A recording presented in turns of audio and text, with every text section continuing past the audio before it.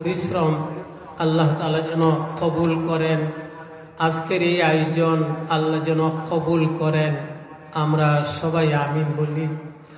জীবনের আমাদের কোনো একটা কাজ আল্লাহর কাছে যদি কবুল হয়ে যায়, এই উম্মতের মুফতি, এই উম্মতের ফাকিহ আব্দুল্লাহ ইবনে মাসউদ রাদিয়াল্লাহু তাআলা আনহু বলে গেছেন, কারো জীবনের কোনো একটা আমল যদি আল্লাহর কাছে কবুল হয়ে যায়, সারাটা দুনিয়া যদি স্বর্ণে ভর্তি হয়ে যায়, সারা দুনিয়ার যে দাম এই আমলের হবে আরো বেশি দাম। সিরাতুন নবী সাল্লাল্লাহু আলাইহি সাল্লামের এই আয়োজনের একমাত্র এটাই উদ্দেশ্য থাকে যে আমাদের নবীজির সঙ্গে কিভাবে মহব্বত পয়দা হয়ে যায়। আমি কথাটা বোঝার জন্য ইতিহাসের একটা তথ্যমূলক কথা আপনাদের সামনে বলার চাই।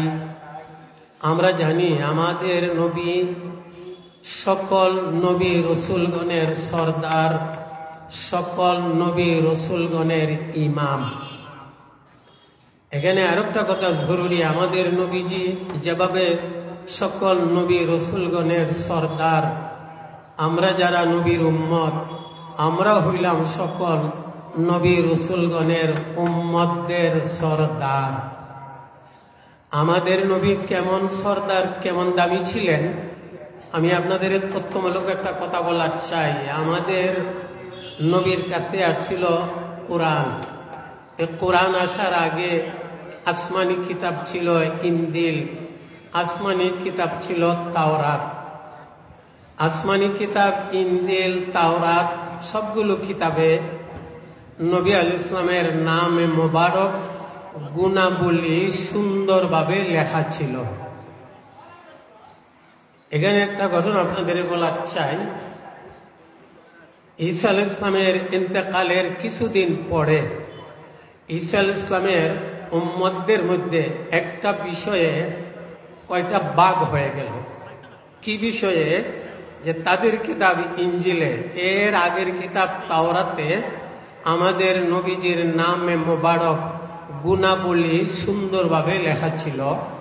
নবীজির নামে মোবারক গুণাবলী নিয়া তাদের মধ্যে ভাগাভাগি শুরু হইল। কিভাবে?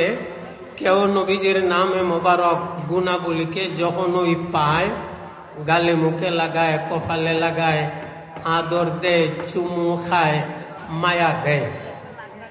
আবার কেউ এটার উল্টা, যে তোমরা কোনো খাম পাইছো না, এটা কেন করো? আবার একদল আমরা মায়া করা তো না, উল্টা তো না। তিনটা ভাগ হয়ে গেল। আপনারা লক্ষ্য করে দেখবেন আমাদের সমাজের মানুষের মধ্যে অনেক বিষয়ে এইভাবে তিন ভাগ হয়ে যায়। কেউ করে, কেউ বাধা দেয়, কেউ আবার বলে আমি করা তো নাই, বাধা দেওয়ার তো নাই, নিরপেক্ষ। এভাবে তাদের মধ্যে তিনটা দল হয়ে গেল। ঈসা আলাইহিস সালামের উম্মতদের মধ্যে এইভাবে তিনটা দল হয়ে গেল। কেউ নবীজির নামে মোবারক গুণাবলীতে চুমু দেয়, মায়া দেয়, আদর দেয়, মহব্বত করে। কেউ এটার উল্টা, কেউ আবার কয় আমরা নিরপেক্ষ, আমরা কিছুতেই না। এই সময়ে এক জালিম সরকার জয়লাভ করে জল্লাদদের ওয়ার্ডার দিল যে ঈসা আলাইহিস সালামের উম্মতদের যেখানেই পাও মাইরা ফালাও, এদের শেষ করে দাও, এদের আর দুনিয়ায় থাকতে দিবে না।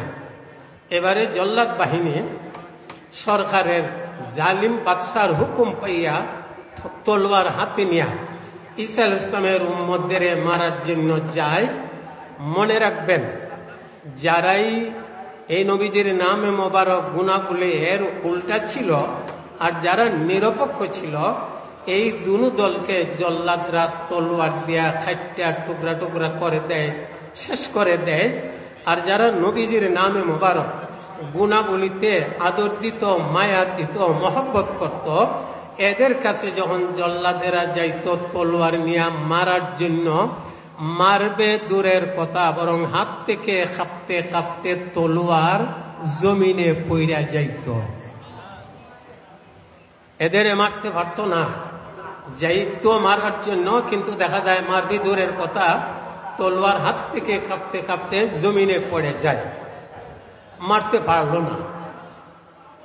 আল্লামা রুমি রহমতুল্লাহ আলাইহ এখানে বলেন, নামে আহমদ চো হ্যাঁ সারি সদা হাসি তাকে বাসত জাতে আর রুহুল আমিন। নবীজির নামে মোবারক গুণাবলীকে মহব্বত দেওয়ার কারণে, মহব্বত দেখানোর কারণে যদি তারা জল্লাদদের হাত থেকে বাঁচতে পারল, নবীজির উম্মত হইয়া যারা নবীর সুন্নত মানবে, নবীর তরিকা মানবে, নবীর সিরত মানবে, আল্লামা রুমি বলেন আল্লাহ তাআলা তাদেরকে দুনিয়ার সকল আফাত বলিয়াত বালা মুসিবত সব থেকে হেফাজত করে আল্লাহ তাদের সম্মানের জীবন দান করে দিবেন। তাইলে বুঝতে পারলাম ঘটনা থেকে তাদের কিতাবে নবীদের নামে মোবারক গুণাবলী পাইয়া তারা মহব্বত দেখানোর কারণে জল্লাদদের হাত থেকে আল্লাহ তাদের বাঁচায় নিলেন। বাদ বাকি যারা ছিল তারা ধ্বংস। আমরাও চাই যে নবীদের নামে মোবারক, নবীদের গুণাবলী, এমনকি নবীদের সিরাত 23 বছরের জিন্দগি যদি আমাদের কাছে ফিট করতে পারি, আল্লাহ দুনিয়ার জীবনে, মরণে, কবরে, হাসরে সব জায়গায় আমাদের ইজ্জত দিয়া চরম ইজ্জতের জায়গা আল্লাহ আমাদের বেহেশতের মেহমান বানিয়ে দিবেন। আমি আরো বলার চাই, নবীজির এক সাহাবী রঙে কালো, গঠনে মন্দ, নবীর কাছে আইসা বলে, নবী আপনার সঙ্গে আমার মহব্বত, আপনার সঙ্গে আমার মায়া, আমার মনটা চায় দুনিয়ায় আপনার সঙ্গে আমার উঠা বসা চলাফেরা, আমার মনে চায় আমি পরকালে আপনি নবীর বেহেশতের সাথী হব। তবে আমি রঙে কালো, গঠনে মন্দ, আপনার বেহেশতের সাথী হইতে পারমু কিনা আমার চিন্তা জাগে। নবীজি প্রথমে রঙে কালো, গঠনে মন্দ এর ব্যাপারে সান্ত্বনামূলক উত্তর দিলেন, আমাদের জন্য ওয়াদ। নবী বললেন, এ আমার সাহাবী, তুমি রঙে কালো, গঠনে মন্দ এর চিন্তা করবে না। তোমার ইমান আমল যদি সুন্দর হয়ে যায়, একজন ইমানদার আমলদারের চেহারাকে কাল কিয়ামতে আল্লাহ তাআলা এত সুন্দর করে দিবেন, 1000 বছরের রাস্তার দূর থেকে তার চেহারার সৌন্দর্য মানুষ সুন্দরভাবে দেখতে পাইবে। আরে সান্ত্বনা দিলেন, আমাদের জন্য ওয়াদ। আমি রঙে কালো, গঠনে মন্দ চিন্তা নাই, আমার ইমান আমল যদি সুন্দর হয়ে যায়, নবীজির সিরত 23 বছরের জিন্দগি যদি আমার জীবনে আইসা যায়, নবীর এই হাদিসের মর্ম অনুযায়ী কাল কিয়ামতে আল্লাহ তাআলা আমার চেহারাকে এত সুন্দর করে দিবেন, 1000 বছরের রাস্তার দূর থেকে আমার চেহারার সৌন্দর্য মানুষ সুন্দরভাবে দেখতে পাইবে। এরপরে সাহাবীর প্রশ্নের উত্তর, তুমি আমার সঙ্গে বেহেশতে যাইতে পারবে কিনা চিন্তা করতেছ। আল মারউ মা'a মান আহাব্বা, জানে রাখো যার সঙ্গে যার মহব্বত হবে তার সঙ্গেই তার হাসর হবে। কিয়ামত পর্যন্ত আনওয়ালা মানুষের জন্য শান্তিমূলক একটা ভবিষ্যৎবাণী নবী জানাই দিলেন, আল মারউ মা'a মান আহাব্বা, যার সঙ্গে যার মহব্বত হবে তার সঙ্গেই তার হাসর হবে। নবীজির 10 বছরের খাদিম হযরতে আনাস রাদিয়াল্লাহু তাআলা আনহু বলেন, আমি 10 বছর নবীর খেদমতে ছিলাম, কত কিছু আমি শুনেছি, এত খুশি আর কোনো কথায় লাগে নাই। নবী যে বললেন আল মারউ মা'a মান আহাব্বা, যার সঙ্গে যার মহব্বত হবে তার সঙ্গেই তার হাসর হবে। আনাস বুঝাবার চান, নবীর সঙ্গে যেহেতু আমাদের মহব্বত আছে, তাই বলে পরকালে নবীর সাথী হইয়া আমরা বেহেশতে চলে যাব। মেরে মোহতরম, আওয়াজ দিয়ে সবাই বলেন, নবীর সঙ্গে আমরা সকলার মহব্বত আছে, এটাতে আমরা সব একমত। জোরে কোন, নবীর সঙ্গে আমাদের মহব্বত আছে নি? মহব্বতের আলামত কি? বেশ কিছু আলামত রয়ে গেছে। নবীর তরিকা, নবীর সুন্নত, নবীর আমল আমার 23 বছরের জিন্দেগির সকল ক্ষেত্রে আমাকে ফিট করতে হবে। এর মধ্যে আরেকটা জিনিস, আমাকে যে একটা বিষয় দেওয়া হয়েছে, জানি না আপনারা কি বলবেন, যে যাকে ভালোবাসে তার কথা মনে হয় এক সময় মতন না, যে যারে ভালোবাসে তার কথা ইয়াদ কম হয় না বেশি হয়। তাই নবীর সঙ্গে যেহেতু আমাদের মহব্বত রয়ে গেছে, নবীর স্মরণ আমাদের বেশি হওয়ারই কথা। নবীর স্মরণ বেশি হওয়ার একটা আলামত হইল নবীজির ওপরে বেশি বেশি দুরূদ শরীফ পড়া। আমি কিছু ফাদাইলের কথা বলেই থাকি সব জায়গায়। মনে করেন আজকে শুক্রবার, ঠিক আছে তো? আজকে শুক্রবার, এক হাদিসে নবী বলে গেছেন প্রতি শুক্রবারে নবীর মায়ায় কেউ যদি 1000 বার দুরূদ শরীফ পড়ার অভ্যাস করে, প্রতি শুক্রবারে, যে দুরূদ শরীফ কম সময় পড়া যায়, বাড়তি লাগে, সময় কম লাগে, নবী বলে গেছেন প্রতি শুক্রবারে কেউ যদি 1000 বার নবীর মায়ায় দুরূদ শরীফ পড়ার অভ্যাস করে, এই মানুষের মরণের সময়ে আল্লাহ তাআলা তার চৌকের সামনে বেহেশতের বাড়িটা দইরা রাখবেন। সে বেহেশতের বাড়িটা দেখবে, মুসমুসায়ে হাসবে, ইমানের কালিমা পড়ে পড়ে তার মরণ হয়ে যাবে। এমন আমরা জানি যারা বেশি বেশি নবীর মায়ের দুরূদ শরীফ পড়বে, পরকালে আল্লাহ তাআলা তার উপরে 3000 বছরের জ্বলন্ত দুদকের আগুনকে হারাম করে দিবেন। এটি আল্লাহ মারুমি বলছেন, হরকে বাসদ আমিলে সল্লু মদাম হাতিশে দু জহবদ পর ওয়ায়ে হারাম। বলতে পারেন হুজুর লম্বা লম্বা যেমন লাভ তো বেশি, তার নামই দুরুদে নাজাত। সর্বপ্রকার আফত বিপদ বালা মুসিবত সব কিছু থেকে আপনারে হেফাজত করে নেবেন। আরো এক প্রকার দুরূদ শরীফ আছে, দুরুদে শেফা। আমরা জানিও না, পড়িও না, কষ্ট পাই। ফজরের পরে নবী বলেন দুরুদে শেফা কেউ যদি 3 বার পড়ে, মাগরিবের পরে দুরুদে শেফা কেউ যদি 3 বার পড়ে, আল্লাহর দুঃখ কষ্ট থেকে তারে বাঁচাইয়া মরণ পর্যন্ত আল্লাহ তারে সুস্থতার নিয়ামত দান করে দিবেন। তার নাম দুরুদে শেফা। একবারে বাড়ছি, আমরা শিখবার চেষ্টা করি। আল্লাহুম্মা সাল্লি আলা মুহাম্মদ বিআদাদি কুল্লি দাইন ওয়া দাওয়া ওয়া বিআদাদি কুল্লি ইল্লাতিন ওয়া শিফা। কেমন লম্বা না?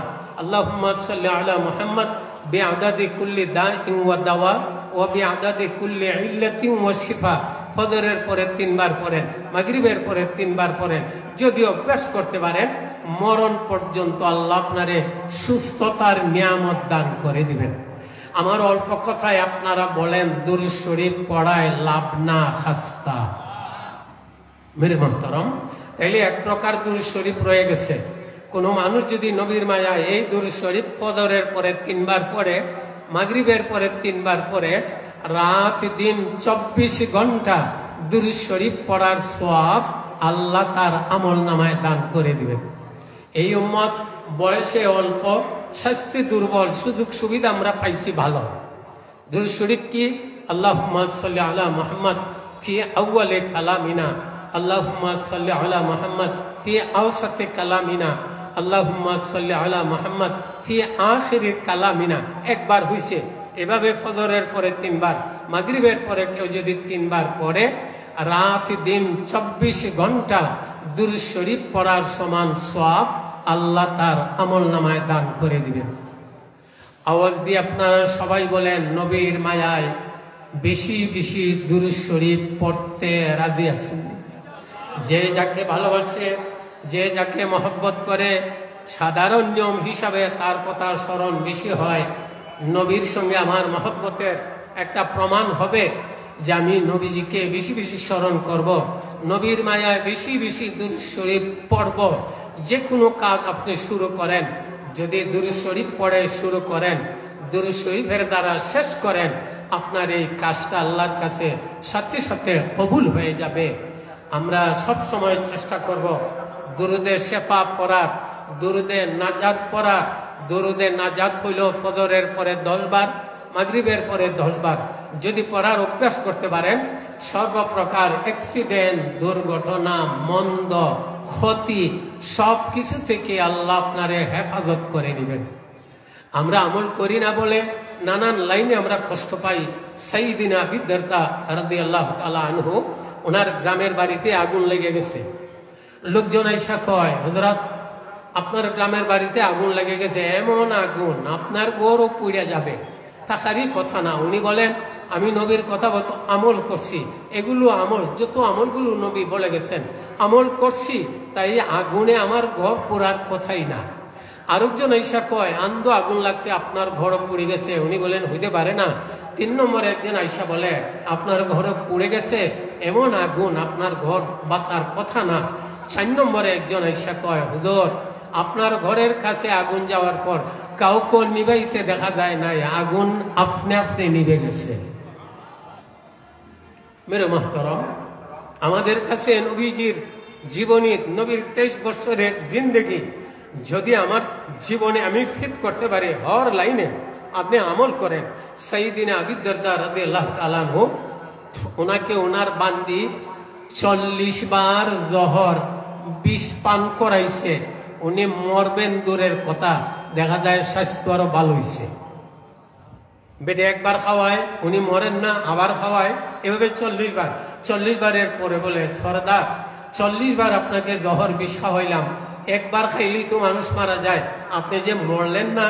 আবু দারদা রাদিয়াল্লাহু তাআলা আনহু বলেন, আমি নবীর কথা মতো আমল করে, তুমি যতবারই যা কিছু আমাকে খাওয়ার জন্য দিছো, আমি নবীর কথা মতো আমল করে খাইছি বলে তুমি 40 বার আমাকে জহর বিষ খাওয়াইছো, নবীর আমল অনুযায়ী আমি খাওয়ার কারণে আমি যেন 40 বার দামি ভিটামিন খাইছি।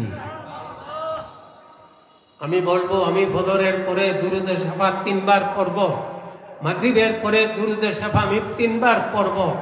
আল্লাহ তাআলা দুরূদে শাফার বদলে আপনাকে সুস্থতার নিয়ামত দিবেন, অরূপ দুঃখ কষ্ট থেকে আপনারে হেফাজতে রাখবেন। দুরূদে নাজাত ফজরের পরে আমি 10 বার পড়ব, মাগরিবের পরে আমি 10 বার পড়ব। অ্যাক্সিডেন্ট, দুর্ঘটনা, মন্দ, ক্ষতি, নোকসান সবকিছু থেকে আল্লাহ আপনারে হেফাজত করে নেবেন। আওয়াজ দিয়ে সবাই বলেন, বেশি বেশি নবীর মায়ায় দুরূদ শরীফ পড়তে রাজি আছেন? আর একটু আওয়াজ দিয়ে বলেন, রাজি আছেন? এবারে ঘটনা শোনাই। নবীর এক সাহাবী বলতেছে, নবী দুরূদ শরীফ পড়ায় এত লাভ, আমার জীবনের সময়টারে 4 ভাগ করে 1 ভাগ সময় আমি দুরূদ শরীফ পড়ব, বাকি 3 ভাগ অন্য কাজে খরচ করব।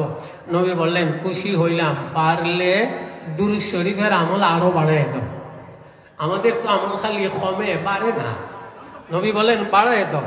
সাহাবী বলেন, নবী তাইলে আমি বাড়াইলাম, সময়টারে 3টা ভাগ করে 1 ভাগ সময় আপনি নবীর মায়ের দুরূদ শরীফ পড়ব, বাকি 2 ভাগ সময় আমি অন্য কাজে খরচ করব। নবী বললেন, এ আমার সাহাবী, খুশি হইলাম, পারলে দুরূদ শরীফের আমল আরো বাড়ায় দাও। সাহাবী যত বাড়ান, নবী বলেন আরো বাড়াও। শেষবারের মতো সাহাবী বললেন, নবী আপনি খালি বলেন বাড়ানোর জন্য, তাহলে শোনেন, আমি আপনি নবীর মায়ায় খালি কেবল দুরূদ শরীফ পড়ব, না ব্যবসা, না চাকরি, না ক্ষেত কৃষি, কিছুর আমার প্রয়োজন নাই, আমি খালি দুরূদ শরীফই বেশি বেশি পড়ব। নবী এইবারে বলছিলেন, এই আমার সাহাবী, যদি আমি নবীর মায়ায় এইভাবে বেশি বেশি দুরূদ শরীফ পড়তে পারো, শোনো আমি নবী বলছি, তোমার দুনিয়ার জীবনে যা প্রয়োজন সবগুলো জরুরত আল্লাহ কুদরতি নিজাম দ্বারা পুরা করে দিবেন। এলিমের মুহতারাম, আমরা বুঝতে পারলাম নবীর সঙ্গে মহব্বতের যত কাজগুলো রয়ে গেছে, এর মধ্যে একটা হইল নবীর মায়ায় বেশি বেশি দুরূদ শরীফ পড়া। আবারও আওয়াজ দিয়ে সবাই বলেন, নবীর মায়ায় বেশি বেশি দুরূদ শরীফ পড়তে রাজি আছেন? খুব আগ্রহের সাথে, খুব এহতেসাবের সাথে, মন ও প্রাণে। ধন্য যেজন পড়ে দুরূদ, প্রিয় নবীর নাম, দুজাহানে পুরে তাহার সকল মনস্কাম। বাংলা খুবই সুন্দর কয়, ওই লোক বড় ধন্য যে নবীর মায়ায় মন ও প্রাণে বেশি বেশি দুরূদ শরীফ পড়বে, আল্লাহ তার ইহকালীন পরকালীন মনের আশাগুলো পুরা করে দিবে। একদিকে আমি নবীর মায়ায় বেশি বেশি দুরূদ শরীফ পড়ব, আর নবীর তরিকা, নবীর আদর্শ, নবীর আখলাক যেন আমাদের জীবনে আসে। নবীর আখলাক, একটা ঘটনা আপনাদের শোনাবার চাই। বনু সুলাইমের এক গোয়ার মানুষ, বনু সুলাইমের জব নামক একটা জানোয়ার শিকার করে, কিছু খায়, বাকি বিক্রি করে, তার পরিবার চালায়।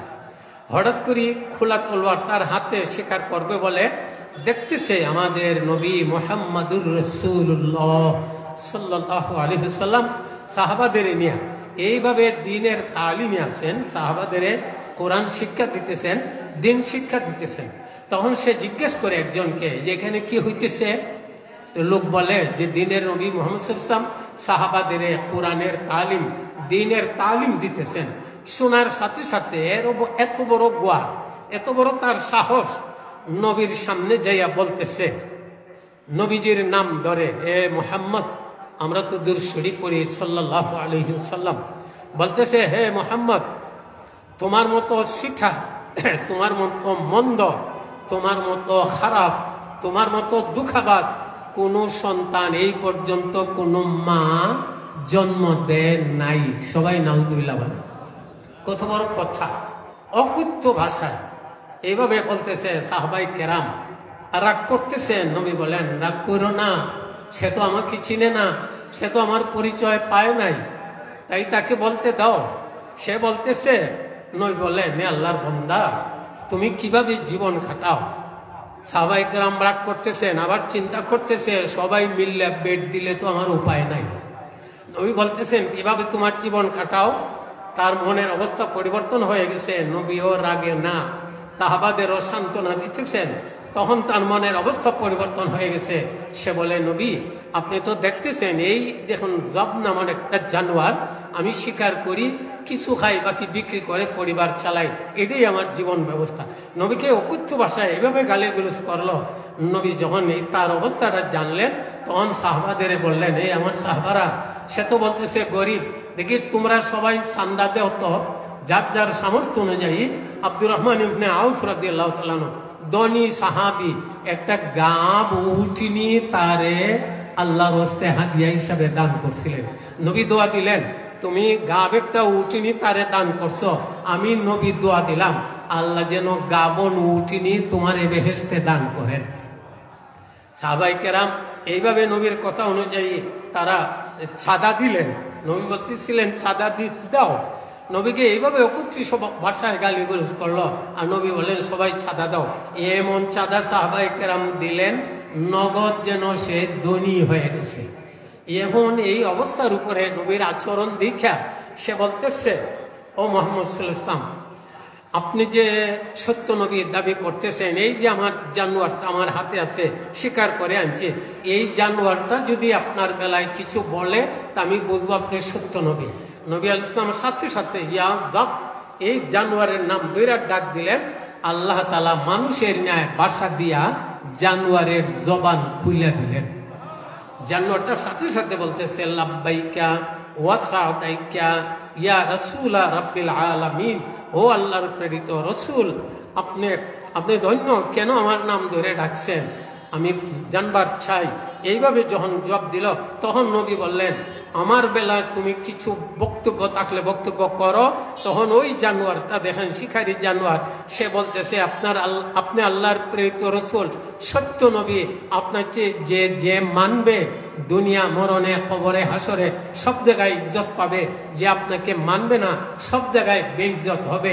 এই কথা শুনিয়া এই যে লোকটা বনু সুলাইমের গোয়ার মানুষটা, তার মনের অবস্থার পরিবর্তন হয়ে গেছে।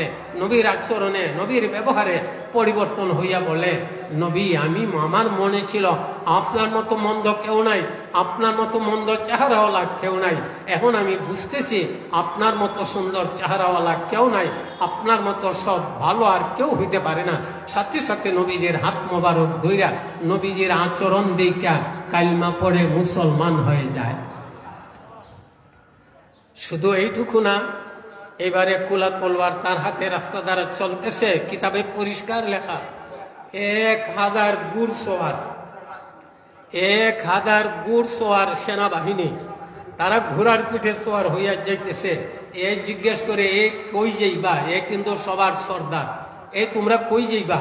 বলে, তুমি কি জানো না মুহাম্মদ নামে একটা লোক দেশে একটা ঝগড়ার সৃষ্টি করছে, তারে ধরার জন্য, তারে মারার জন্য যাইতেছি। এই লোকটা বলতেছে, আরে কারে ধরবে? আমিও তো এইটাই উদ্দেশ্য ছিল, আমি এখন কালিমা পড়ে মুসলমান হয়ে গেছি। তার কথা শুনে 1000 সেনাবাহিনী ঘুড়সওয়ার তারও নবীর কাছে আইসা সাথে সাথে কালিমা পড়ে মুসলমান হয়ে যায়। ঐতিহাসিকগণ লেখেন, এইভাবে একসঙ্গে, এইভাবে সেনাবাহিনীর একটা টিম দল একসঙ্গে মুসলমান হয় নাই কখনো। তাই মেরে মহতরম, আমাদেরকে বুঝতে হবে, নবীর মায়ায় আমরা একদিকে বেশি বেশি দুরূদ শরীফ পড়তে হবে, আর অপর দিকে নবীজির আখলাক, নবীজির চরিত্র, নবীর আচরণ আমাদের 23 বছরের জিন্দগিতে আমরা যেন ফিট করতে পারি। আমার কথার দ্বারা, আমার হাতের দ্বারা, আমার জবানের দ্বারা, আমার আচার ব্যবহারের দ্বারা কেউ যেন কষ্ট পায় না। নবী তো বলে গেছেন, সে ওই সত্যিকার অর্থে একজন মুসলমান যে তার হাতের দ্বারা, মুখের দ্বারা, আচার ব্যবহার দ্বারা কেউ কষ্ট পায় না। আল্লাহ তাআলা আমরা সকলকে যেন এইভাবে নবীজির আদর্শে আদর্শবান হইতে পারি। আল্লাহ যেন আমাদের তৌফিক দেন। সবাই আমিন বলেন। মিরপুর আঞ্চলিক শাখা খাদিমুল কোরআনের তাদের উদ্যোগে আজকের এই আয়োজন আল্লাহ তাআলা যেন কবুল করেন। সবাই আমিন বলেন। আমি আমার প্রথম কথা আবারও বলছি, কারোর জীবনের কোনো একটা আমল আল্লাহর কাছে যদি কবুল হয়ে যায়, এই উম্মতের মুফতি, এই উম্মতের ফাকি আব্দুল্লাহ ইবনে মাসউদ রাদিয়াল্লাহু তাআলা আনহু বলেন, সারাটা দুনিয়া যদি স্বর্ণে ভর্তি হয়ে যায়, সারা দুনিয়ার যে দাম এই আমলের হবে আরো বেশি দাম। সকলকে ধন্যবাদ। ওয়া আখিরু দাওয়ানা আলহামদুলিল্লাহি রাব্বিল আলামিন। আসসালামু আলাইকুম ওয়া রাহমাতুল্লাহি ওয়া বারাকাতুহু।